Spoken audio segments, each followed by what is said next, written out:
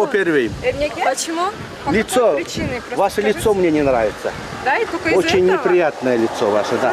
Журналист кыздын суроосуна жооп берүүдөн качып, анын кемсинткени аз келгенсип шылдыңдап күлгөн Чүй областынын экс-губернатору Тойгуналы Абдрайымовду кечээ өкмөт башчысы кызматынан алды. Анын Орок айылындагы жоругуна нааразылар кийинки күнү иш бөлмөсүнө чейин барып, журналист кыздан кечирим сурашын талап кылышкан. Бирок Тойгуналы Абдрайымов алар менен жолугушууда кайра медиа өкүлдөрүнүн айрымдарына атырылып, столду бир чаап туруп кеткен. Буга жинденгендер интернет аркылуу анын кызматтан кетишин талап кылып, флешмоб уюштурушкан. 5 күндөн кийин гана премьер-министр Мухаммедкалый Абылгазиев Тойгуналы Абдрайымовду кетпейм дегенине карабай жумуштан бошотууга аргасыз болду. Отставкага кетиш үчүн бюросы үчүн отставкага кетпейм мен. Мен дагы бир жолу айтайын, мен аны мазактаган жокмун, өңүң жакпайт дедим. Бул тартып астыр көргөчтү. Өңүң жак, менин өңүм башка бирөөнө жакпайт.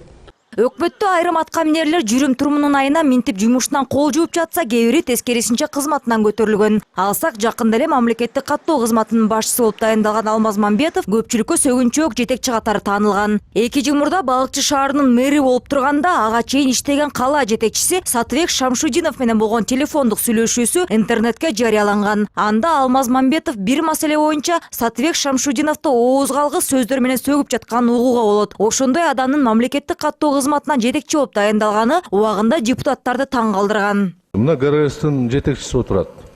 Бул интернетке барга таанымал. Бирөөгө ден соолугуна зыян келтирем деп.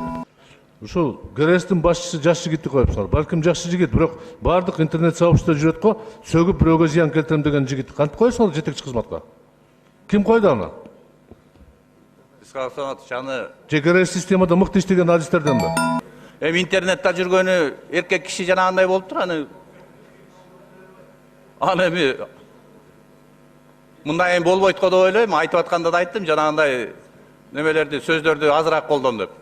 Такыр колдонбосун. Айрыкча саясий кызматты ээлегендер эмоцияга алдырып, бирөөнүн намысына шек келтирген учурларды көп байкап жүрөбүз. Ошол эле жогорку кеңештин депутаттары бири-бирине тийишкенде же аткаминерлердин иши боюнча сын айтканда эң көп келесоо деген сөздү колдонушат экен.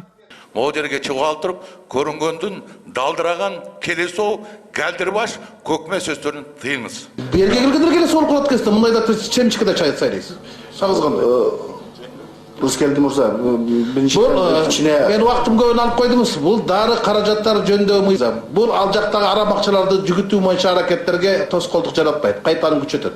Силер ушундай келесоолук ишти кылып атасыңар, именно ошол маалда мен ошо машинада барып келдим деп. Эмне үчүн ошол жерде место ушу происшествияда мен болбосом, силер мени чыгарасыңар. Мындан улам Кыргызстанда мамлекеттик жана муниципалдык кызматкерлердин этикасы боюнча кодекс иштейби деген суроо жаралат. Мыйзам боюнча тартип бузгандарга жетекчилик тарабынан эскертүү, сөгүш же катуу сөгүш түрүндөгү жаза берилет. Бул айыл өкмөттүн катардагы кызматкеринен баштап министрдин орун басары, өкмөттүн, президенттин, жогорку кеңештин аппараттын бөлүм башчыларына гана тиешелүү экен. Ал эми аким, губернатор, министрлик орундар саясий кызмат болгондуктан аталган кодекс бул кызматтагыларга тиешеси жок дешет адистер. Тагыраак айтканда, саясий кызматты аркалагандардын жүрүм турумун тескеген мыйзам каралган эмес. Этика боюнча мен айткым келет, этика боюнча биз өтө кылдаттыкка болуш керекпиз. Чындыгында эл өкүлү болгондон кийин чындыгында өзүнө мындай эмоцияга берилбей, өзүнүн мындай сезимдерди мындай контролдуу болушу керек.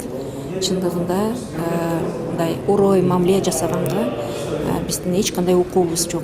Акыркы окуяларды эске алуу менен саясий кызматты ээлегендерди милдеттүү түрдө маданияттуулукка окутуу зарылчылыгы келип чыгууда. Анткени жаңы кызматка дайындалган жетекчилерге же саясий кызматкерлерге эч кандай квалификациялык талаптар коюлбайт. Бул багытта мыйзам кабыл алынмайынча аларда коомчулук алдында жоопкерчилик пайда болбойт деген пикирлер арбын. Президентке караштуу мамлекеттик башкаруу академиясынын жетекчилиги бул боюнча мамлекеттик кадр кызматына кайрылууга белсенип жатыптыр. Кана бир ушундай муктаждык акыркы учурда чыгып калды. Эми биз ушундай сунуш менен биз көз кадр службага биз киребиз. Кандай болот ал? Документтүү түрдө же өзекий түрдө болобу? Биз кагаз түрүндө киребиз да. Ал ошо милдеттүү түрдө баарын окутуу же жаңы бир кызматка кандай тартипте болот? Ал мисалы жаңы кызматка кирердин алдында болобу же азыр иштеп аткандардын баарын эле милдеттүү түрдөбү же? Азыркы иштеп аткандар иштеп аткандардын баарына биз милдеттүү түрдө биз окутабыз. Жанагы сиз айткандай мынакей бийик демечи саясий кызматкерлер болсо биз өзүнчө курсту даярдаш керек экенбиз. Биз муну өзүбүз сезип калдык, билип калдык. Саясий кызматкерлер мамлекеттик башкаруу академиясына барып, этика боюнча сабакка милдеттүү түрдө катышууга макул болобу белгисиз. Бирок мамлекеттик кадр кызматы бул сунушту колдоого алып, демилге ишке кирсе, анда анын механизми да иштелип чыгышы шарт. Эгерде саясий кызматтагылар маданияттуулук боюнча окуудан баш тартса, чара көрүлүшү керек. Нурзада Сыдыкбекова, Эрлан Кемелбеков, НТС.